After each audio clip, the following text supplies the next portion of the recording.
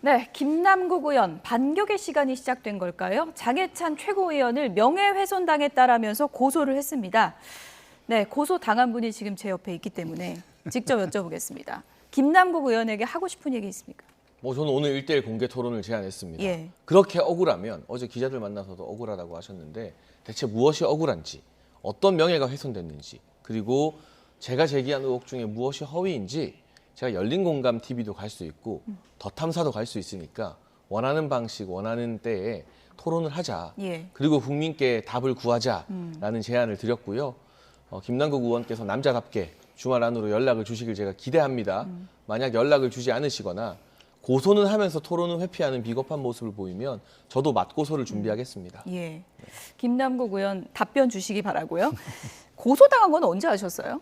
김남국 의원실에서 입장문을 이제 기자분들에게 전달하고 나서 저도 그때 하셨군요. 그걸 보게 되었죠. 예. 근데 걱정되는 게 고소장 쓰면서는 코인 거래 안 하셨나? 뭐 그런 걱정은 좀 됩니다. 예. 지금도 어여치 이제 국민의 세금으로 월급과 활동비를 지원받고 계시기 때문에 한 달 가까이 놀고 계시죠. 세상에 어느 직업이 한 달 가까이 특별한 사유 없이 놀고 먹어도 본인 월급뿐만이 아니라 보좌진 월급에 의원실 유지비까지 따박따박 다 지급하는 직업이 국회의원 말고 더 있나. 그래서 단순히 김남국 의원 한 사람만 비난하고 끝나는 것이 아니라 이 차제에 또 감옥에 구속된 국회의원들한테도 세비가 다 지급된대요. 이것도 문제예요. 구속된 분이 우리 당이든 민주당이든 국회의원의 특권, 이 일을 안 할 때도 세비가 지급되는 부분에 대한 제도 개선까지 좀 건설적인 논의가 정치권에서 이어졌으면 좋겠습니다. 네, 나는 가만히 있지 않겠다. 잘못된 건 고소하겠다. 그러니까 나는 그만큼 떳떳하다. 뭐 이런 걸 강조하고 싶은 걸까요? 글쎄요, 그렇게 떳떳할 수가 있을까요? 일단은 국민적 의혹이 있는데 그것을 해명을 못 하시고 계시잖아요. 하셔야죠. 일단은 그걸 하고 난 다음에 떳떳하다고 말하고 거기에 그 해명을 과하게 왜곡하거나 그러면 그걸 가지고 제가 대응을 하는 거는 이해를 하겠습니다만은 발언에 대한 책임, 정치인의 발언에 대한 책임을 강하게 강조하셨잖아요. 그러면 본인은 이미 정치인이고 권력이 있는 정치인이에요. 근데 그동안 해명한 게 거짓말로 드러난 게 많잖아요. 그럼 그거 어떻게 책임지실 거예요? 그럼 본인은 책임 안 져도 되고 남들은 이 국민적 혼란에서 검증을 해야 되는 차원에서 의혹을 제기한 건데 그거는 좀 과하다고 해가지고 책임지라고 한다? 저는 이게 형평이 어긋나 있다고 생각이 들고요.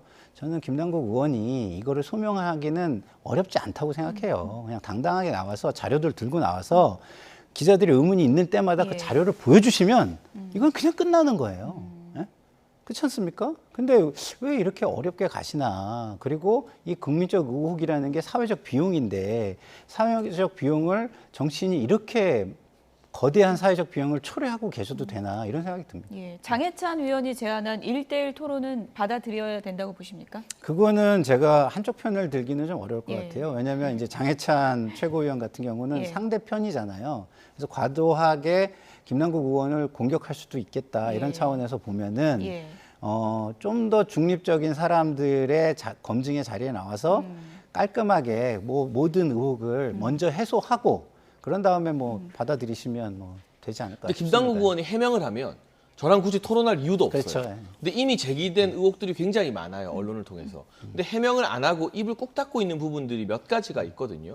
그 30억의 출처가 어딘가. 이 30억 때문에 거래소에서 금융정보분석원에 이상거래 신고를 했는데 그 부분에 대해서 해명을 안 하고 있고 몇 가지 등이 있습니다. 근데 그럼 저랑 토론하는 게 무서우시면 어디 기자간담회라도 여셔서 예전에 조국 전 장관은 청문회 무산될 것 같으니까 국회에서 기자간담회 열어서 무제한 질문 받았거든요. 예. 그러니까 조 전 장관 사진 보면서 매일 잠드신다고 했었잖아요. 근데 왜 조 전 장관이 보여줬던 용기조차도 지금 없는 거예요. 예. 그러니까 그렇게 기자회견이라도 하시면 저랑 토론 안 해도 되죠.